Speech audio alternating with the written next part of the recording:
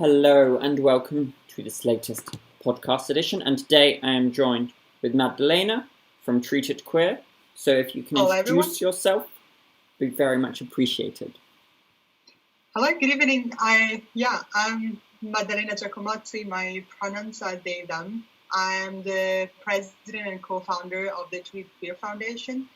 I'm a master in global health, and I am in the last month of my study in medicine. Thank you very much. Now you say you're the co-founder. Does that mean there's someone else that we should think about? I have three lovely colleagues that have co-founded this foundation. I'm Maddalena Giacomozzi. My pronouns are they. Sorry, slight technical problems. I don't know why.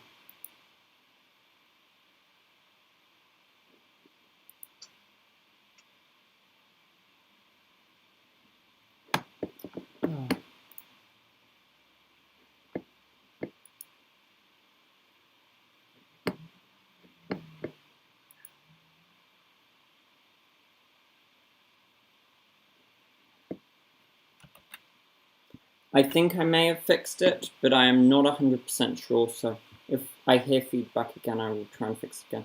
You were speaking about your friend before I rudely interrupted. Yes, let's give it another try. I have three friends and colleagues that started this foundation with me a few months ago. One is Afke Halvern, which is also based in Maastricht and located here in Maastricht.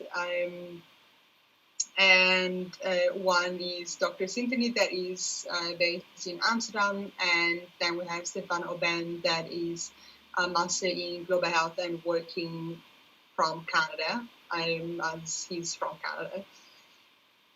So that sounds like you've got a nice diverse group of people there to work with you. Now maybe you can say why you felt that you needed to set this up and what you intend to do with it. Yeah. Well, all the four of us identify as queer people in different colors of the rainbow. And we are all healthcare professionals or people studying in the healthcare sector in different ways. Some of us are medical doctors, some of us are not. They work more with policy or research. And during our studies, we noticed that in our curricula, there is just not a lot about queer health or LGBT plus related topics in health specifically. And this is also reflected very much in the workplaces when we started working. And that's what brought us together to start talking about these topics and basically just starting conversation and enhancing change that hopefully will make the healthcare system more queer competent, which is a very ultimate idealistic goal, but we're starting somewhere and going in small steps. And I mean, I think this is a very important thing, so it's very good that you've got involved, but may I almost, in the most polite way possible, obviously we look at healthcare and we see there is a chronic problem with the ability to treat queer people, but there's also problems when it comes to people of colour and women. So why just queer people, maybe? I mean, obviously you said you identified as it, but why not address all problems at once? I think that's an excellent question, and it's also not that we only stand for queer people. We do work very much in an intersectional perspective, and our ultimate goal is health justice for all people.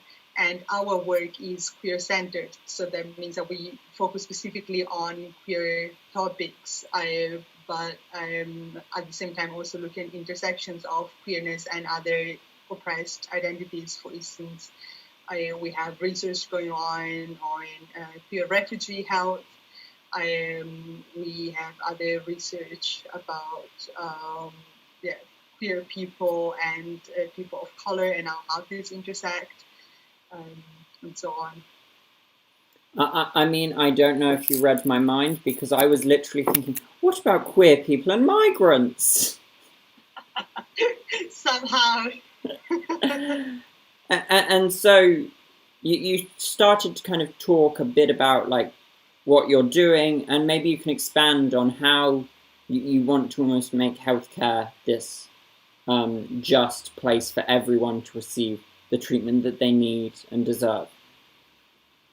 Yeah, well, we do work on different layers of the healthcare system, because we think that if we only like take one perspective, like it's not gonna be sufficient. So, for instance, if we only did research, would not be sufficient. If we also not offer education for healthcare providers, and also we also need the health policy to be backing up what we actually want to see implemented in the practice and in research, right? So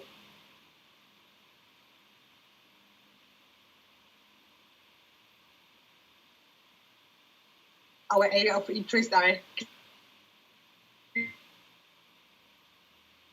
clinical practice, health policy, and health research, education, research, and consultancy. Mostly focusing our work on education and advocacy, but we also have research.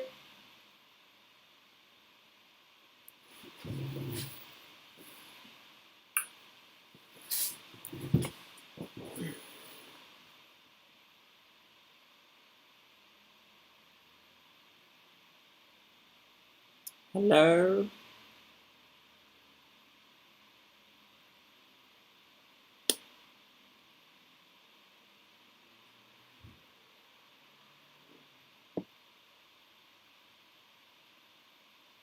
I think we may be encountering some technical difficulties at the moment. I do apologise.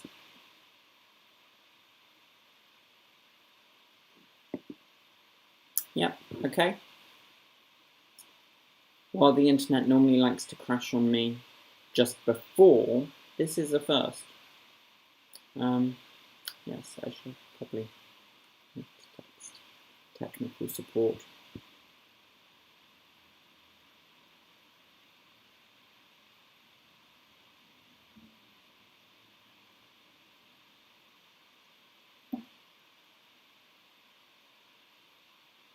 Hello.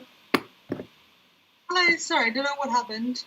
It's absolutely fine. You do win a prize because after a year of doing this, you are the first to actually have technical difficulties while on air.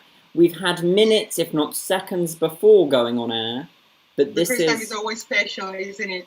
I mean, I think if you're not unique, what are you doing? So, right. I think our audience at home, who have now had some thrilling experience and entertainment that they weren't expecting, kind of heard that you were saying you generally focus on education and advocacy with a mix of research. Though I think, if I could have been mistaken, I think there were some technical problems already there, so maybe you could reiterate how and why you do this. Yeah. So at the phase where our foundation is right now, we're mostly focusing on education and advocacy to raise awareness about topics that we think are relevant and that need more attention. And we also have some researches going on that we hope to have more research happening in the future, but it's kind of like in the making. It also just takes a lot of resources to set up research in the first place. And besides this, we do offer consultancy services. Well, there we go. This time without technical problems as well. Very good. Fantastic. So, obviously, you say you want to move into doing a more research-based work. What is motivating this desire to move into that side of things? Well, we did notice that we actually are lacking a lot of research literature, like scientific literature, to then even do education and to implement that in clinical practice and health policy. There are so many gaps about your competent healthcare and what are the community needs and how to implement change. What are the windows of intervention? What is the effectiveness of these interventions? And without the scientific literature, it's really hard to get into the education part and retraining healthcare providers and implementing health policy. So we think we know some of the community needs, but that's really from our experiences, like, and from talking to people and talking with patients and talking with like our friends and our peer communities around. And there is some literature, but it's really scarce. And so obviously that's quite a considerable literature gap to try and overcome. So how do you, apart from actually conducting research, how do you want to try and combat that substantively? Because obviously, in an ideal world, the four of you could go out and write 1,000 papers and it would all be dandy, but I doubt that is really going to happen overnight, at least. Yeah. I think in this case, really, teamwork is the winning team. And what we really do hope to create, and we already started that, and it's beautiful to see, is that we hope to bring healthcare professionals together, because there is actually a lot of expertise, like at least across Europe, I can say, because it's the context I know the best, about also peer health. And there are a lot of doctors or nurses or birth workers that do have knowledge and expertise and skills to work with and for queer people.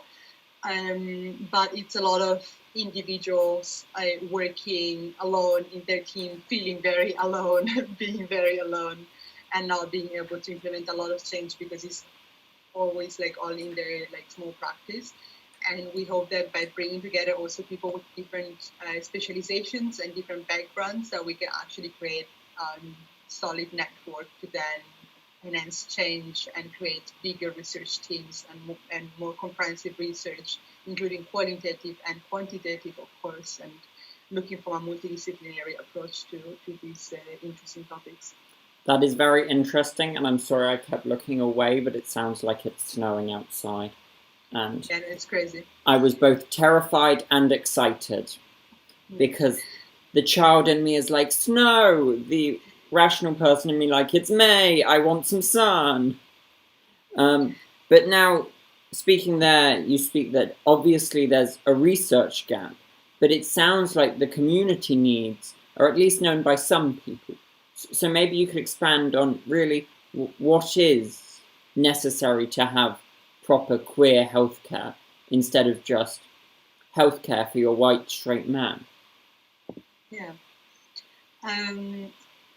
Well, I think when I say queer health, what comes into everyone's mind is men who have sex with men and HIV/AIDS or sexually transmitted diseases. Like, that's always the number one topic that comes up in everyone's head. Okay, mine was babies. Cool. Cool. But I love obstetrics. But still probably quite a niche area of like healthcare when you're like, list the healthcare that needs to be queer. Men who have sex with men. Babies. Yeah, well, I do give lectures about gender nonconformity in reproductive care, which is one of my favorite topics of all time. So I can talk to that for way more than 30 minutes. But basically, it's like looking at how people that do not identify as cis women also want to access reproductive care services, ranging from abortion to contraception to pregnancy care and birth care, postpartum care, and how all these services are set up very much for cis women, using very cis normative language, mostly also from a heteronormative perspective, and how these services are hard to access for people that have different gender expressions, and sometimes is about someone's gender identity, and sometimes and the mental health that comes with that, and the burden of accessing these services that are not made for you, and some other time is also really lack of knowledge in terms of literature about how certain bodies can carry a pregnancy, get pregnant, and have babies. So I'm thinking specifically about people that transitioned F2M and after their hormonal or surgical transition would like to carry pregnancy or need to access want to access abortion services, for instance, and how there is just not like the healthcare system now that it's in place is just not skilled for them. But presumably as well, I mean, there's just the fact that actually, as a queer person, your own healthcare needs, you need someone that cares for the fact that you are queer, and so it's much more than just, oh, there are these like cherry-picked areas where almost queer people have the most problems or the most easy to identify problems. But actually, presumably, this is something that pervades all forms of healthcare, and that actually it's just as important that your GP has an understanding of what good queer healthcare means as your obstetrician or the person at the sex clinic. Yeah. Well, I think we've covered enough sex for the moment. We've discussed both babies and men who have sex with men, another form of baby, some may deem. So, like, I found it very funny because for a long time I was doing stuff regarding men who have sex with men, and then I saw the term women loving women, and I saw them both in isolation, but I never saw the counterpart. I never saw women who have sex with women or men that love men. So in my head, and it was quite apropos, it was just women love women and men have sex with men. Yeah, spoiler, yeah. I digress. Yeah. So you said you wanted to move into this more research-based approach. How do you go about identifying and collecting this research? What methodology do you use to really solve the problem? Well, I think that's a very interesting question because queer research is not only about having a queer topic. It's not just about researching queer babies, right? It's also the way you set up the research and the methodology you use. So maybe more people here in the audience are familiar with decolonizing research methods. That's something that you can compare it. So I would say queering up methodology would be a very interesting book to read or to write, who knows. The methodology I applied to my research last year was an adjusted intersectional framework. And I think a lot of people are familiar with intersectionality, but not a lot of people that work or research in health really stand still by the fact that intersectional frameworks are not made to research health, and they're very, very challenging. I mean, to implement. They're developed from different disciplines, and I think they're very complex even in the disciplines they're developed for. But when you shift a framework in different disciplines, that it gets complex. And there is some health research done from an intersectional perspective. Like I've definitely not been the first one, but it is quite still a novel approach. And then in the combination of using it for quantitative method and qualitative methods, it also makes a big difference. Thank you very much. That was a very comprehensive explanation, I feel. But you spoke a lot about the kind of limitations that exist as to why you wouldn't want to have an intersectional approach to healthcare research. Maybe for those at home thinking about doing it themselves, who you've just put off massively for the rest of eternity, you could list some of the benefits, if there are any. Oh, yeah. It's great fun. Like I really had some of the best weeks of my life understanding how to develop this framework and then applying it.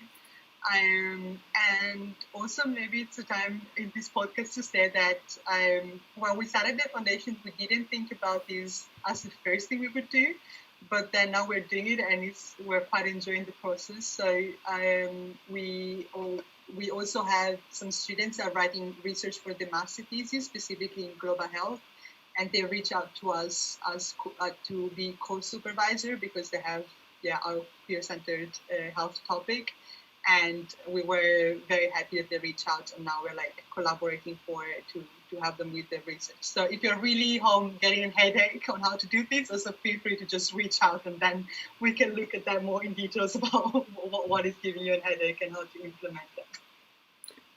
Wow, I'm just looking at the time, and despite our technical problems, we've actually got through this a lot more quickly than one would have hoped. So now you have time to fill. What would you like to tell us? What are your main takeaways from the research you've done, and what research do you have coming up that you really think people need to know about this? Yeah, well, I think what's really interesting from my research that I really learned from doing that research is that intersectionality is not just a trendy word that we should use while organizing events or like to show off with our intellectual friends, but it really is necessary to conduct comprehensive research and add on the discussion. Like I think if we don't understand how different identities are mutually constructed and dependent, and how these interact with one another, and how these result in a unique outcome that you need to look at as very unique in that context, then you're just missing out. Like the research is just not going to be comprehensive enough if you only look at one variable of people's identity at the time. So that was for me a big lesson that I hope more people can integrate while doing the research. And then something I would really like to say is that we recently won the Diversity and Inclusivity Grant from so we're very proud of this. And we are going to organize a series of lectures and workshops in the next academic year on queer health topics. The first training is going to be an allied training, so very general training on, let's say, do and don'ts to be a good ally for the queer community.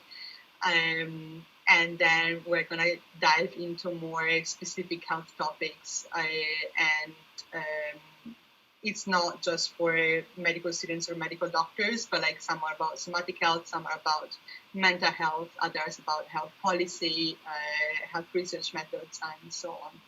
It definitely sounds like you've kept yourself busy here. And so, so if someone wanted to find out more about either the amazing grant you've just won or the workshops you hope to put on as a result, is there somewhere they can go to check this out, or do they just have to kind of guess? We have amazing social media managers managing all our accounts, but we first and foremost have a website, which is www.treatedqueer.org. And then we are to be found on all kind of different social media, from LinkedIn to Instagram to Facebook. You can send us emails. Should we be expecting a TikTok anytime soon? No, I think that's a boundary that I don't want to cross, but who knows? I feel like some crazy TikTok dances with like queer health themes would really go down a treat, but that may just be me. I am shooting a promo clip video for tomorrow with stop motion, so who knows, maybe that should be our first TikTok. Well, I think it definitely sounds like you've got your hands full, but maybe looking more optimistically to what is to come. What do you hope to see will change, or to see with Treat It Queer, or even more just generally with queer healthcare? What really do you want to see in the coming years and decades? First of all, I would like to see healthcare providers that care, and that care to treat it queer. I would like to see healthcare providers that come together and discuss these topics and are not afraid of discussing them, and to think of ways to do it better, because we can, because We all have so much knowledge, and if we just come together, we can really like do a lot of great things together. And I wish to see healthcare system be more accessible and more tailored for queer needs.